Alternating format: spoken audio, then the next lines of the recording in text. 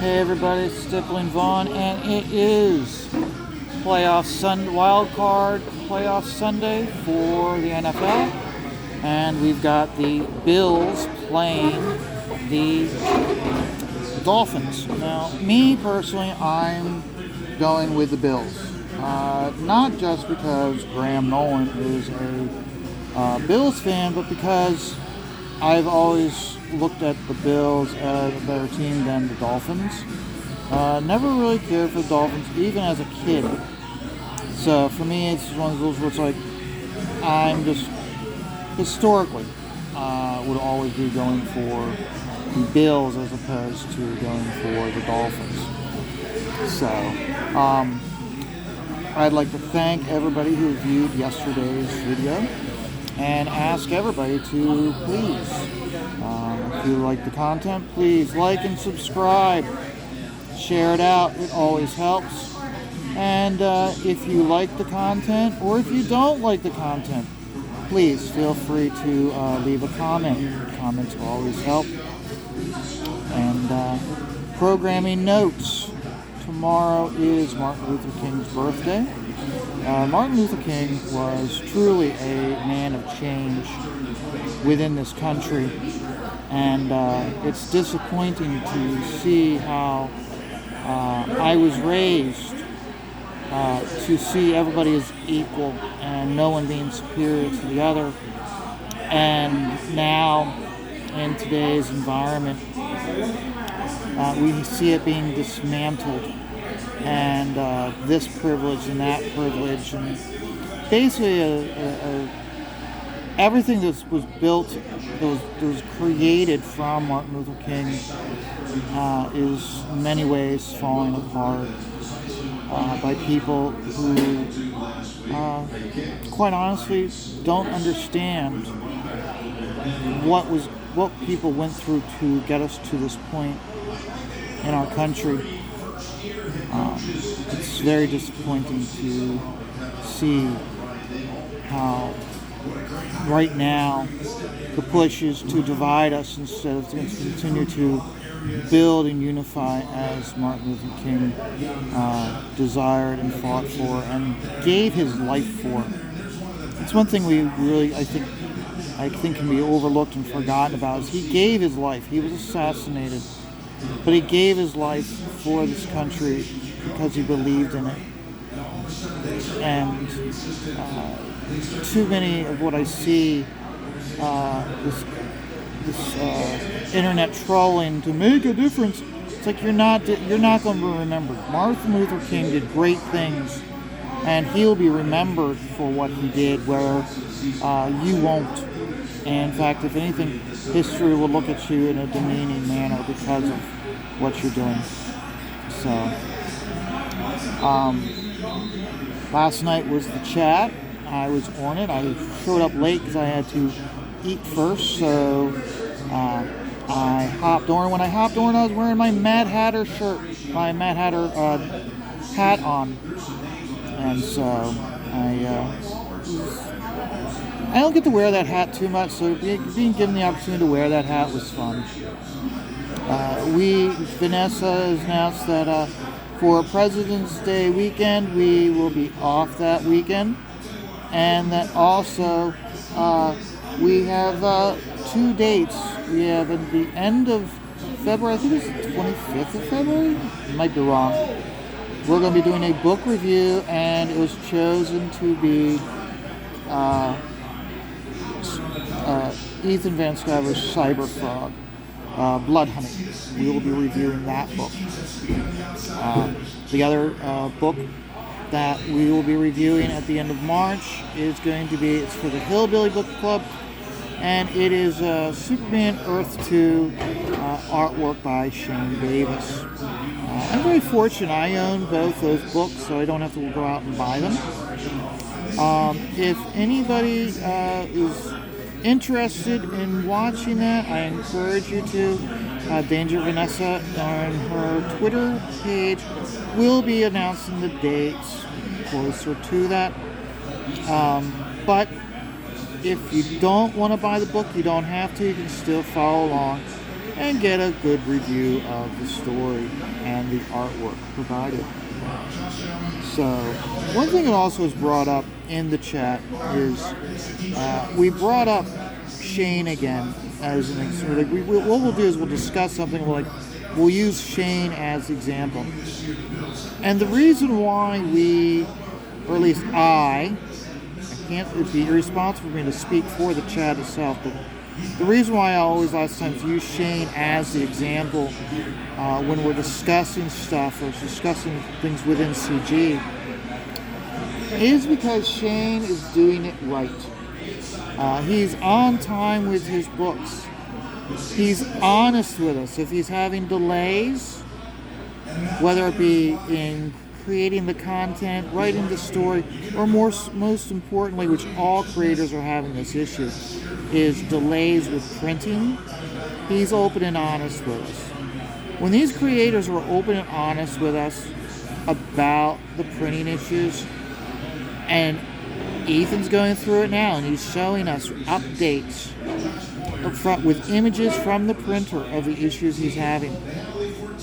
Or when Shane was talking about, when he was saying about how he had issues with Starlight Cats and not the right cover being printed for for the one book, and Reenie with all of the printing issues she had. Being open and honest with your fans, and not just simply being like how Cecil with Cash Web going, oh, it's at the printer. Oh, it's at the printer. Oh, it's at the printer. When it never was. Okay. All these artists who are being open and honest about, hey, we're having issues with the printer. I remember John Malin talking about how he had, right at the beginning of COVID, they're trying to fulfill, I think it was Graveyard Shift, and they had issues with getting books from the printer. First, it was China going to shut down. Then it was, okay, let's try to Canada. Canada shut down. Okay, we got to go within the States. Okay, we got to, and he was saying how they're going on eBay just to buy backer boards and bags from individual people, so they had the materials to fulfill their campaign. That type of honesty is what we need. Remember, we've had decades of of being told what they want us to know in the mainstream, and now that they've betrayed those artists are now saying, no, that was never the case. This is what was going on, but they lied to you. Okay? We see that not just in comic books, but we see it in everyday life with everything. And so having these artists being forward with us about what they're going through is important to us. And it shows that, hey, transparency matters. It's and when you have transparency with people, you're gonna have positive results. Lying does not get you ahead. It might seem like it's getting you ahead, but in the long run, it doesn't. And that's one of the things I really like about why we use Shane, okay, is because he's the example of doing things right in CG, getting your books out on time, being honest, keeping yourself set to a schedule. You gotta keep in mind, Shane says, when he did Inglorious Rex, he's doing the best work of his life. And he's still maintaining a on-time schedule. When he says, okay, I anticipate to have the books out by this date, he means it. And he will try to move heaven and earth to make that happen. And when he's not able to, 9 times out of 10, both times with Starlight Cats and with Inglorious Rex, what held him back at the end? It wasn't anything he did. It was when it went to the printers and it was the hands of others. Okay? So that's the reason why in the chat, why we cite Shane as the example, or use him as the example when we're trying to get a point across, because he's doing it right. And him, Aaron, Graham, they are leading the way in producing books on a regular basis. What sets Shane aside from like Graham and Aaron is Shane does a lot more streaming than those guys. And he's even admitted on current streams that it's one of those where it's like how he'll be doing work, but yet to entertain himself while he's working, he'll be listening to a stream like, oh, those guys are having so much fun, I want to join in on that fun, and now 5 hours is shot. I can understand what he's saying. When I'm not here at the bar doing my work, it's hard for me to be focused and working on my stuff. And what helps, I've discovered, is when creators are streaming. And it used to be easier for me when I get off work to just, okay, you get off work at, like, I used to have a shift from 12:30 to 9. And it was really easy, okay, run out in the morning, get your errands done, start your shift, work till 9, eat something, and lots of times there'll still be somebody streaming to get to work. Now, I've got a new job, new shift, and it's like you get off work at 6 and you gotta run around, your day's shot. I hate it. I wish I would go back to that 12:30 to 9 shift. So, but we'll see. Maybe moving forward in the future, I'll get used to it and I'll be able to do work. But one of the things that always helped me is get off at 9, and if I missed a stream, hit her and rerun, and I just be able to sit there and work and get some work done. And I got a lot more work done when I had that shift.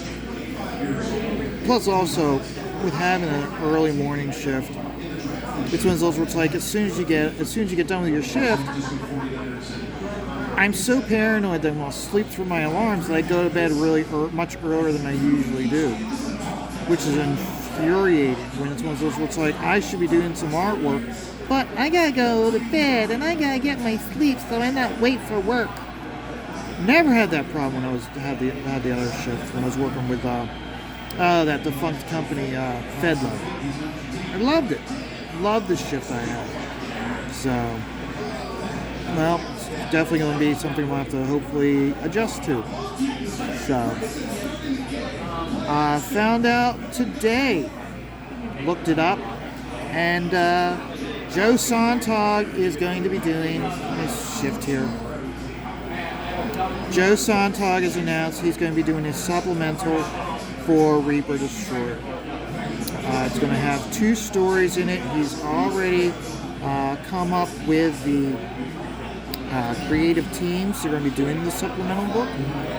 I'm looking forward to it.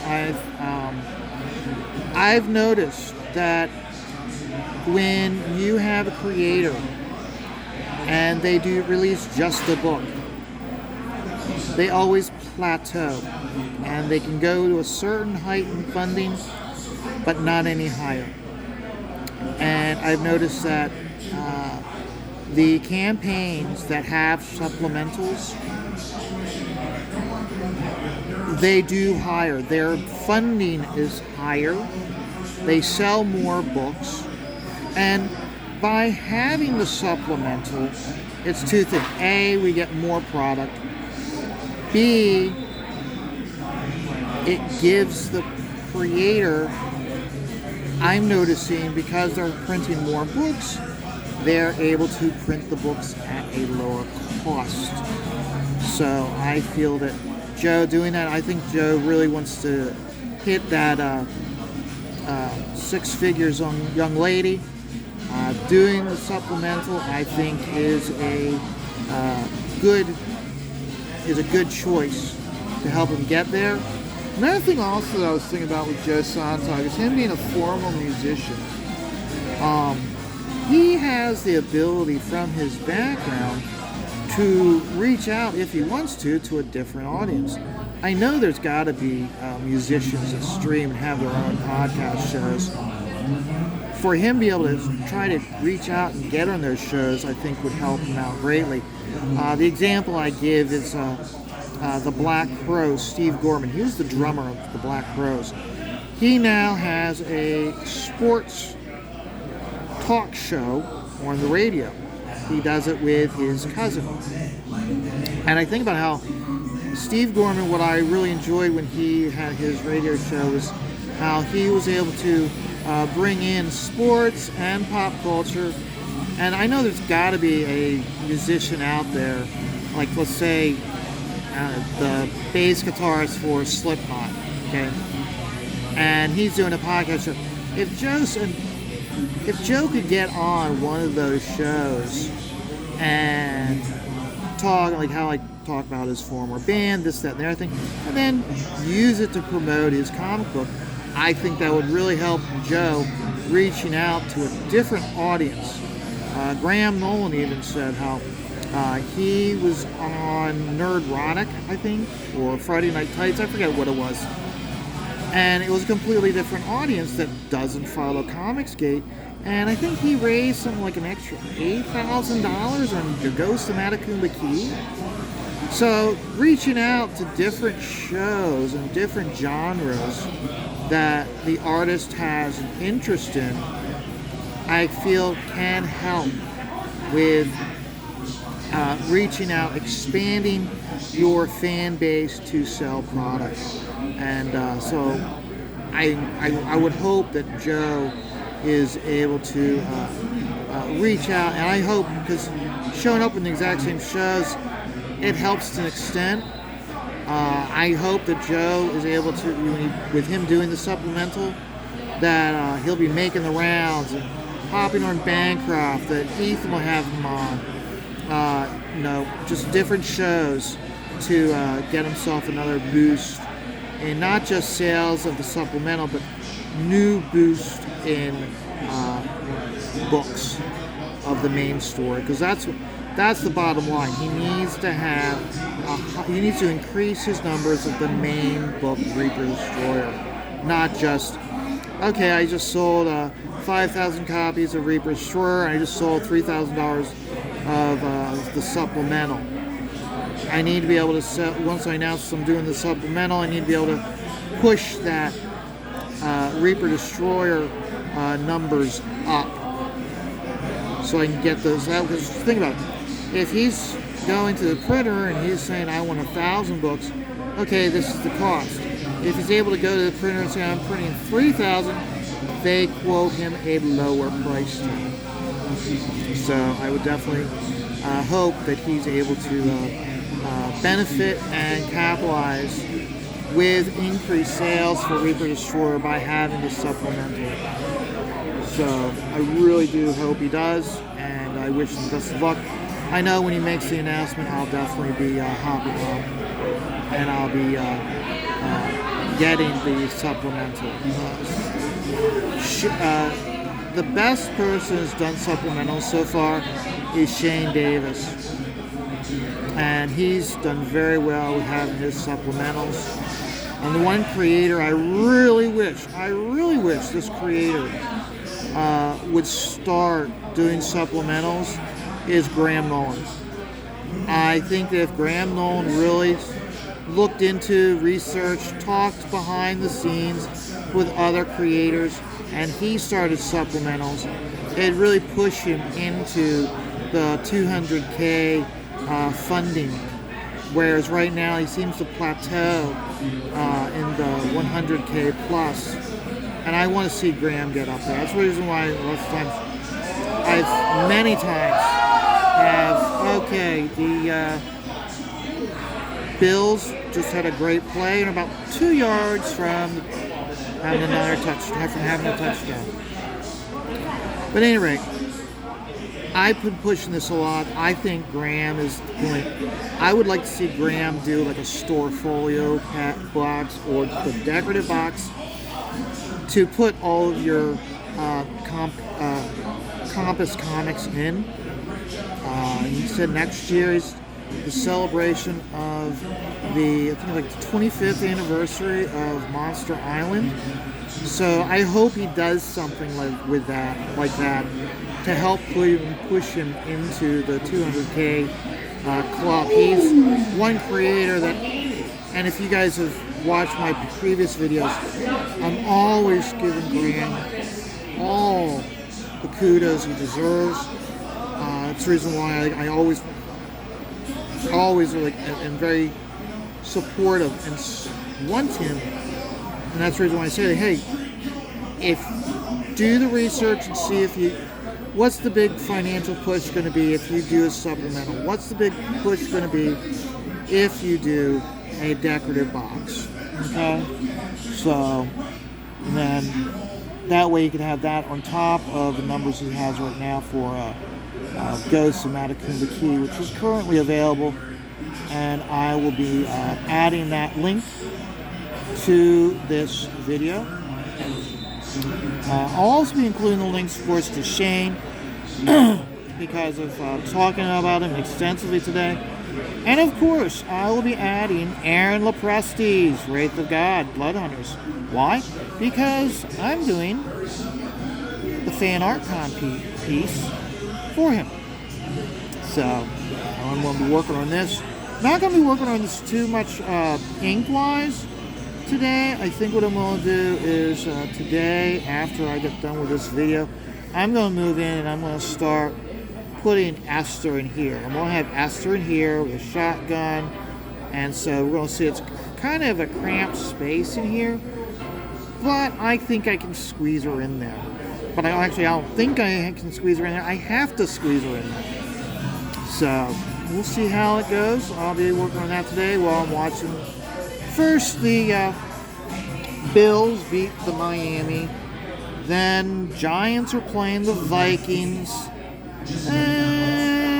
Don't really care. Honestly, that game I don't give two shits about at all. Then, of course, tonight, while I'm watching Aaron live, their Ravens will be getting their asses handed to them by the Bengals. So I won't be watching that. I'll be watching Aaron live. So everybody, remember, life is stressful. Just calm down. Take it all one dot at a time.